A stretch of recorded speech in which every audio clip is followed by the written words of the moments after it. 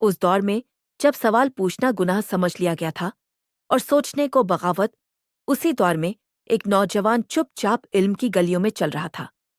ना शोर, ना शोहरत की भूख, बस एक बेचैनी कि सच क्या है, और अगर सच है तो उसे दलील से क्यों न बताया जाए। उस नौजवान का नाम था शमाइल नदवी। भारत की मिट्टी में जन्म लेने वाला यह बच्चा किसी बड़े मंच के लिए पैदा नहीं हुआ था, लेकिन उसकी आंखों में सवाल थे। बचपन से ही वह चीजों को वैसे नहीं देखता था जैसे बाकी लोग देखते हैं।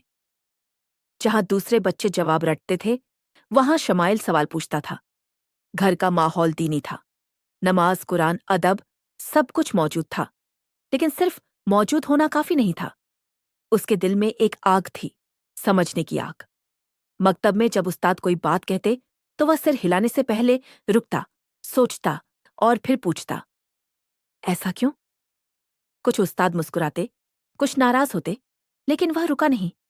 वक़्त के साथ ये साफ हो गया कि यह लड़का सिर्फ आलिम नहीं बनेगा, यह सोचने वाला आलिम बनेगा। जब उसने नदवतुल उलमा का रुख किया तो मानो उसे वही जगह मिल गई जिसकी उसे तलाश थी। नदवा, जहां दीन और दुनिया को दुश्मन नहीं माना जाता, जहां इल्म को ताला नहीं लगाया जाता। यहीं से शमाइल के नाम के साथ नदवी जुड़ा और यहीं से उसकी सोच को दिशा मिली।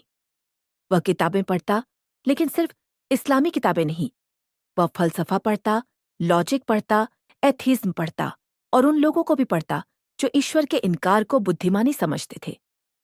क्योंकि वह जानता था, जिस सवाल को तुम समझते नहीं, उसका जवाब नहीं दे सकते। धीरे धीरे उसे एहसास हुआ कि आज की जंग तलवारों से नहीं है, आज की जंग दिमागों में है।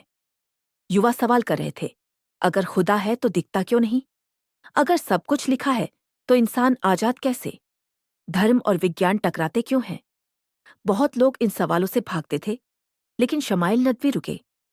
उन्होंने भागने की जगह बैठकर बात करने का रास्ता चुना।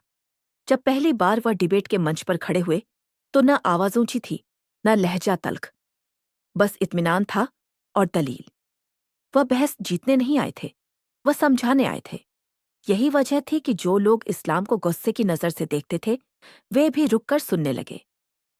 Does God exist?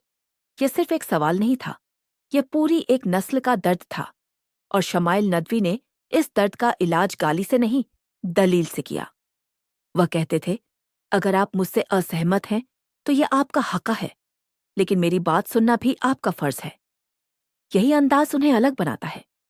वक़्त के साथ उनके लेक्चर सोशल मीडिया तक पहुंचे, छोटे छोटे क्लिप्स, लेकिन गहरे असर के साथ। कुछ लोगों को रोशनी मिली, कुछ को चुभन, और जहां रोशनी होती है वहां साया भी होता है। आलोचनाएं शुरू हुईं, इल्जाम लगे, नियत पर सवाल उठे, लेकिन उन्होंने वही किया जो इल्म वाले करते हैं, सब्र। वह जानते थे, जो दरिया बनता है उस पर पत्थर जरूर फेंके जाते हैं।